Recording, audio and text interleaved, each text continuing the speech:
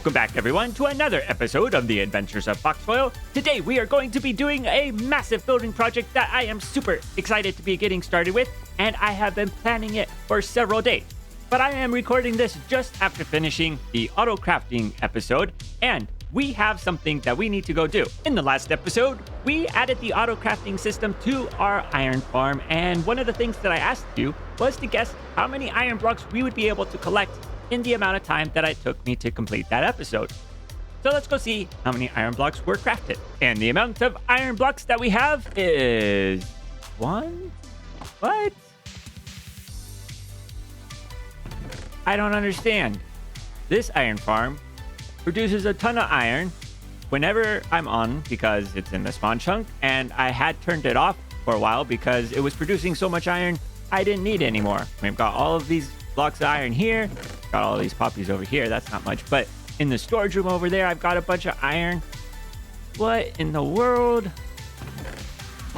is wrong with this? Well, that was incredibly disappointing, but we don't have time to sit around and feel sad about it. It's time to get started with this episode, and there are a lot of things that we are going to need to do. As I mentioned in the last episode, I have been planning a build to add to the desert where we built this desert pyramid and the little village over there. And today we are going to start this project by doing the digging in this area, and then next time we will actually get started with the building. And to give you an idea of the scale of the build, if you see this cactus right here, going along all the way over to where this cactus is here, that's how wide it's going to be, and then it's going to stretch from here all the way down to where that village is. I may go a little crazy digging this thing out, but this project is going to require us to have a bunch of froglights, and as you may know, I don't have a farm to be able to collect up froglights. So before we begin the big project, we are going to need to build a little froglight farm so we can get the froglights that we need. One nice little detail is that the portal that leads to the desert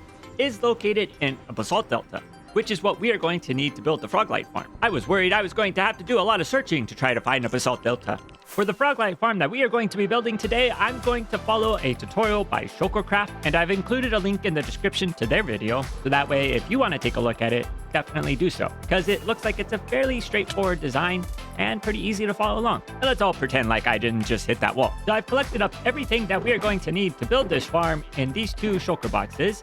But the one thing that we don't have that we are going to need are 12 frogs. So to get the frogs that we are going to be using in the farm, we first need to find some frogs. And fortunately, I know where some swamps are, so it shouldn't be too difficult.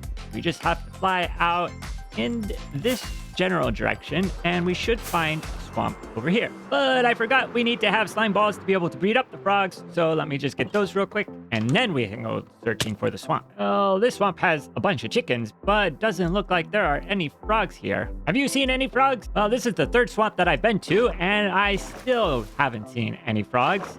I thought this was going to be the easy part. Oh yes, here we are. We've got some frogs. Hello, my friends.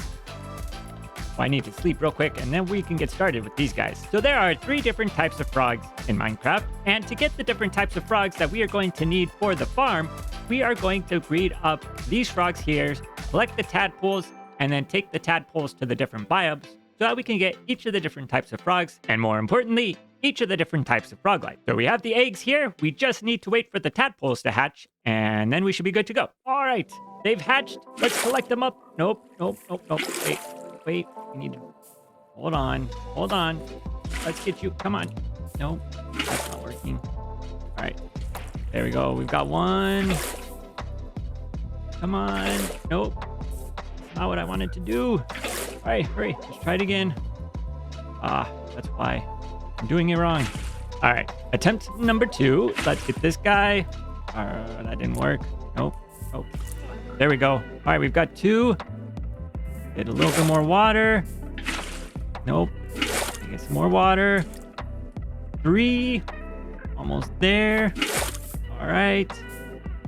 Let's get... Oh, we've got 4. All right, let's get 1 more. Need water. There we go. 5. Stressful. I think what I'm going to do is get the water buckets all prepared. That way I don't need to worry about collecting up the water. That's a good idea. After about 20 minutes of breeding up the frogs and waiting for the tadpoles to hatch, we now have 13 buckets of tadpoles. So now we need to find the 3 biomes that the frogs need to grow up in so that we get the 3 different types of frogs. So we have the 3 different types of light. So I think what I'm going to do is find biomes that are relatively close to the desert portal right here. That way we don't have as far to travel. Starting off with this desert biome, which will give us the worm frog. So we now have 4 frogs that we can take with us back into the nether to use in the Froglight Farm. It looks like not too far from the desert is a little plains biome. And by little, I mean it's a microbiome here. But this is perfect. Be able to get the next set of 4 tadpoles to grow up into the 4 frogs. We now have the second set of 4 frogs, and away we go. Now it looks like we have some mountains over in this direction, and where there's mountains, there may be snow.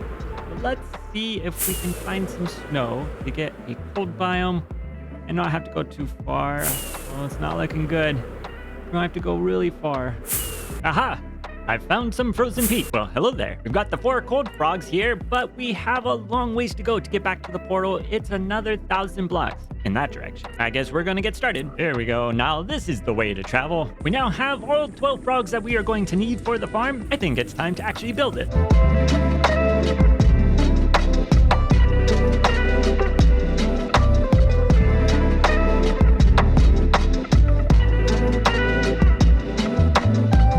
So we now have the working farm, and what I'm going to do is go up to the AFK position and be able to stay up there for about an hour, and I think that'll be long enough for us to get all of the frog lights. And let's see, yep, we're already getting some in here. Ooh, and some magma cream.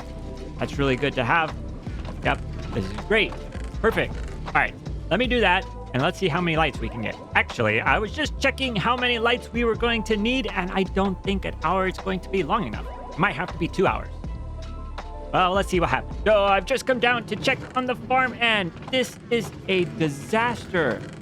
Like, oh, it looks like the iron golems died.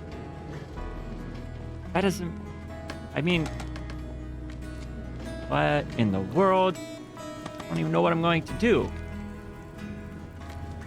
All right, I'm gonna have to try to figure out something. So I was doing some checking, and it looks like the problem is that in 1.21, there was a change to the way that magnum cubes are able to deal damage, and this farm was designed before that.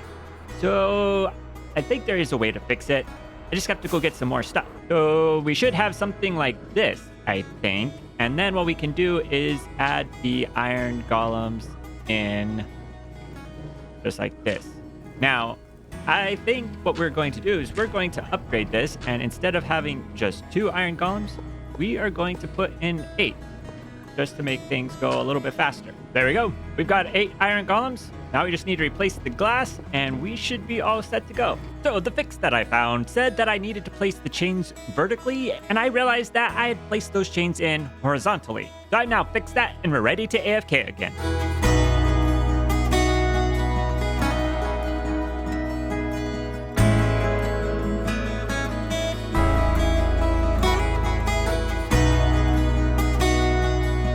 Well, I was able to get the farm to be working for quite a while, and this is an excellent sign right here. We've got these sitting up here, which means these are all full. Or at least that one's not. Oh, there we go. Look at that. Look at that. Amazing. So I've got them sorted out, and look at how many we were able to get of each of the different colors. We also have, for these ochre frog lights, the ones over here, because these are the ones that we are going to need for our project. So I'm going to take them with us. We also got all of this magma cream, which is also good. At least I think it's good. I don't know what I'll use it for. Now that we have the Froglight Farm all built up, it's time to start on the main project for today. So let's head out to the desert so we can start digging. What in the world? The magma cubes are invading the desert. I guess that's what happens when you build a Froglight Farm next to your portal. I think for this project, we are going to want the entrance to be somewhere right about here. That way we can have the road go from the pyramid along like this and then over to where the village is. And I've done some calculations, and the area that we are going to be digging out has a volume of about 400,000 blocks. So this is going to take a while to dig out. Might as well get started with it. So it's been about 2.5 hours since the last clip, and I've dug out the first 2 layers for the space that we are going to be working with, and you can see just how big it is. One thing I'm concerned about though is that I've been going through my pickaxes so much and I'm down to the diamond one. I need more netherite pickaxes, I think. I mean, on the Project Nodinium server, I have a full shulker box of netherite gear, and that world has only been around for about 6 months. I've been in this world for 2 years, and I don't even have a full shulker box of netherite gear. But this is not the time to be worried about that, because we still have a bunch of digging to do. Just about 6 more layers finished up. There is a little amount over there that I still need to do, but my pickaxes need to be repaired. Now that they're all repaired up, let's keep going. So I've just finished repairing all of my tools for the second time, and you can see here that we have been making some progress. We are just about to the halfway point, and already this place is really big. But as I said, this is just the halfway point, a ways to go still. I had noticed my storage room was getting a little low with both stone and cobblestone. This project is definitely going to fix that problem. One thing that is making this process a little bit slower than it would be is all of the water that is around here, and I've found that sponges are the best way to get rid of it. But as useful as sponges are, I don't think they're going to help remove that much water.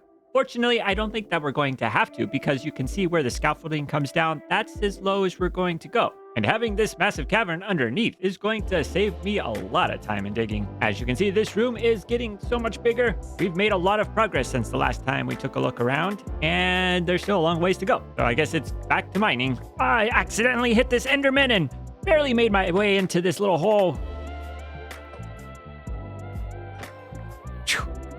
Oh, that could have gone really bad. And the digging in this room is just about finished up. There are a few more things that I need to do, but those can wait for now. I think we have done all the digging that we are going to need to do, because it's taken me a little over 25 hours to dig out all of this space, and that is a lot of time to spend mining. So it's time to do something a little bit different. The project that we are going to be doing requires a lot of copper blocks, like shulker boxes worth of copper blocks. So what I think we should do is take these copper ore blocks and this fortune pickaxe and turn all of the copper ore blocks into raw copper, which will require more mining. So I guess this is not going to be all that different after all. But before I get started with that, I should probably grab some shulker boxes, because I will get a lot of raw copper and I won't be able to hold it all. So I guess now it's just time to do a little bit more mining.